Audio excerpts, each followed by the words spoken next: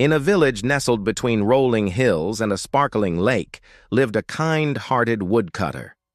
Every morning he woke up before sunrise and ran to his workshop to begin his work.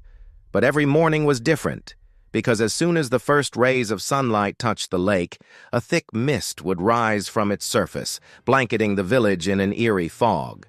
The villagers were too afraid to venture out in this mist, for they believed it hid the passage to the underworld. So they stayed indoors, drawing their windows shut until the sun burned the mist away. But one day the woodcutter's axe slipped and hit his finger. Blood trickled down his hand, and in a moment of pain and anger, he wished for it to be healed. Suddenly the air around him grew cold, and when he looked up, he saw a woman standing before him, her eyes glowing like embers in the fog. "You called me," she said, her voice echoing with otherworldly power. "I am the Fog Keeper, and I grant wishes. But your wish has erased what you love most." The woodcutter's heart skipped a beat. He had loved his father dearly, but he had died years ago. Had his wish erased his memory of his father? He reached out to touch the locket containing his father's picture, but his fingers found nothing. He cried out in despair, for he had indeed lost his most treasured possession in exchange for his wish. The Fog Keeper watched him, her expression unreadable. "Do not despair," she said. "For every wish that is made, a new hope is born. You may still find happiness, but it will be for you to find it."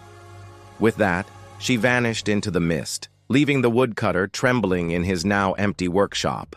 News of the woodcutter's misfortune spread through the village like wildfire, and soon everyone was talking about the mysterious Fog Keeper. Some wished for gold, some for power, and some for love. And yet none of them knew the price they would pay until it was too late. As the years passed, the villagers grew weaker and more desperate. Their wishes had stripped them of their humanity, and now they were ready to do anything to get it back. They begged the Fog Keeper to restore what she had taken from them, but she only shook her head. "You have forgotten the most important lesson," she said. "The greatest treasure is not gold or power or love, but the memories that make us human." The villagers looked at each other, ashamed and afraid. They had traded their memories for trinkets and baubles, and now they were paying the price. Only the woodcutter remained calm. He had lost his memories of his father, but he had gained something far more precious, the memory of his humanity.